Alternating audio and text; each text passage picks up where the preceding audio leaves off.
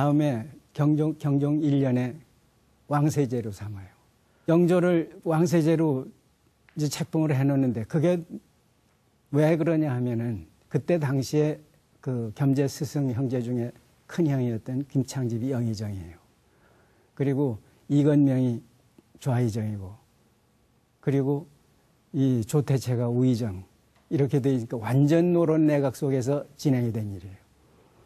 그러니까 소론 측에서 가만히 있을 리가 없죠. 이제 그 기밀을 아니까 노론 측에서는 바로 8월 20일 날 왕세제로 만들어 놓고 10월 10일에 서정 대리를 하게 했단 말이에요. 왕세제로 하여금. 그러니까 임금 멀쩡히 살려놓고 바보 만들어 놓은 거나 마찬가지죠. 그러니까 가만히 있겠어요? 그래서 소론들이 이제, 그리고는 이제 안심하고 있었거든. 안심하고 있었는데 소론들이 정식 경로를 통해 가지고 승정원을 통해서 임금하고 아련을 해야 되는데 그게 동을 밟으면 들통이 날 테니까 비밀리에 경종과 밀대를 해가지고 전국을 뒤집어요. 전국을 뒤집어서 노론 사대신이라는 사람들을 귀양 보내고 이제 완전히 소론 전국으로 바꿔놓는단 말이죠. 이런 과정에서 영조는 거의 죽을 뻔해요. 근데 그때 영조 측근의 그 세제 이비사에 있던 대신들이 소론계 대신이죠. 대신이 아니라 소론계 관료들이죠. 그래서 이제 김동필이니 송인명이니 하는 이들이 이때 세제궁에 요속으로 있었어요. 그 이들의 도움으로 죽는 건 늦지 않다. 아무 때 죽어도 죽을 테니까 그 끝까지 해보는 데까지 해서 대비 전에 우선 호소를 해봐라 해서 그때 대비라는 게 인원 대비예요. 인원 대비인데 경종보다 한 살이 위예요. 한 살이 위였으니까 뭐 그 숙종의 셋째 번째 왕후니까.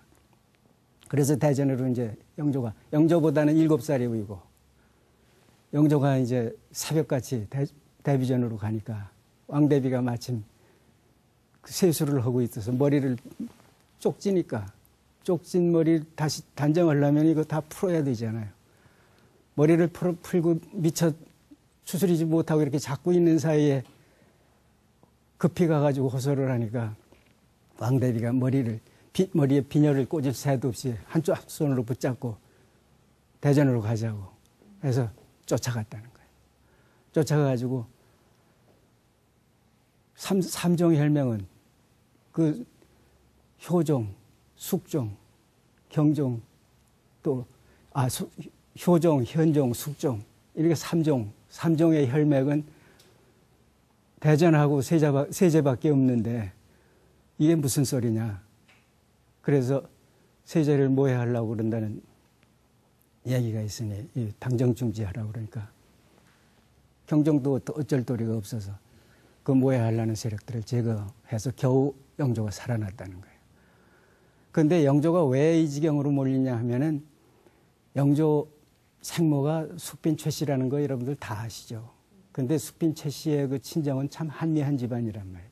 그러니까 숙빈 최 씨가 굉장히 영리했다는 거예요.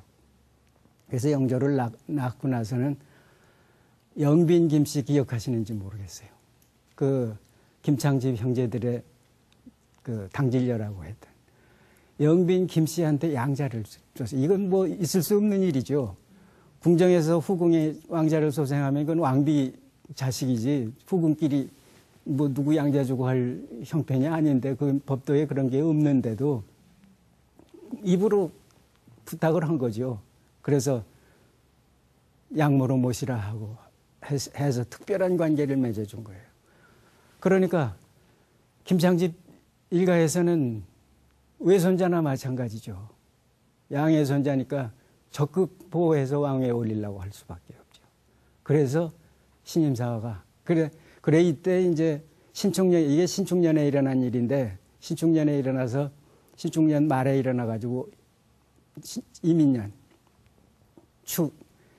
축인이니까 이민년이 그 다음이죠. 그래서 1722년까지 진행이 되는데 이때 소련 전국, 이제 소련 전국을 꾸미죠. 그리고 노론 사대신 다 귀양 보내놓고. 그 가혹하게 노론 세력들을 처단하는데 그 모코령이 고변을 해요. 노론 세가 자제들이 역모를 꾸밀려고 그런다 해서. 무고죠. 무고를 해가지고 노론 이 집권 가문들을 완전히 일망타진을 해버려요. 그래서 그 자제들이 다 역모를 꾸몄다는데 그 부형들이 온전하게 견딜 수가 없죠. 그래서 이제 그 사대신들도 모두 사역받고 처단되고 이제 이러게 된단 말이에요. 이런 와중에 겸재 스승이었던 그 사면 김창업 선생 같은 분도 형님이 완전히 쫓겨나가지고 그 위리안치 돼 있는 형편이니까 충격받아서 다 돌아가요.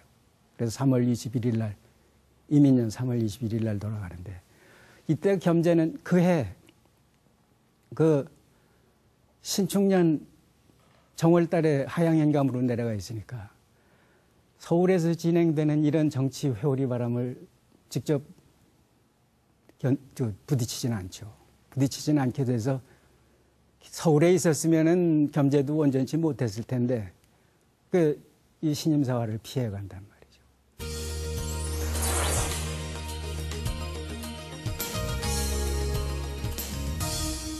우여곡절 끝에 이제 경종이 4년 만에 돌아가고 4년 만에 돌아가고는 영조가 등극을 해요. 등극을 하니까 사실 영조를 모해해서 죽이려는 세력들이 전국을 짜고 있는 형편에서 영조도 등극을 한 거예요. 그러니까 등극 초기에는 지극히 위험한 상태에 있었죠.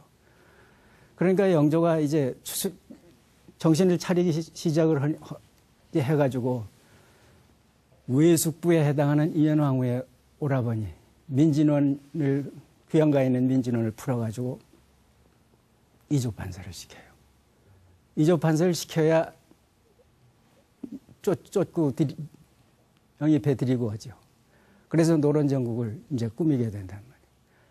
꾸미게 되는데 이걸 그래서 을사년에 처분한 거라 해서 을사처분이라고 그러고 이제 노론들을 전부 복권시켜서 노론 내각으로 바꿔놓죠. 일대 정변을 일으켜 놓은 거예요.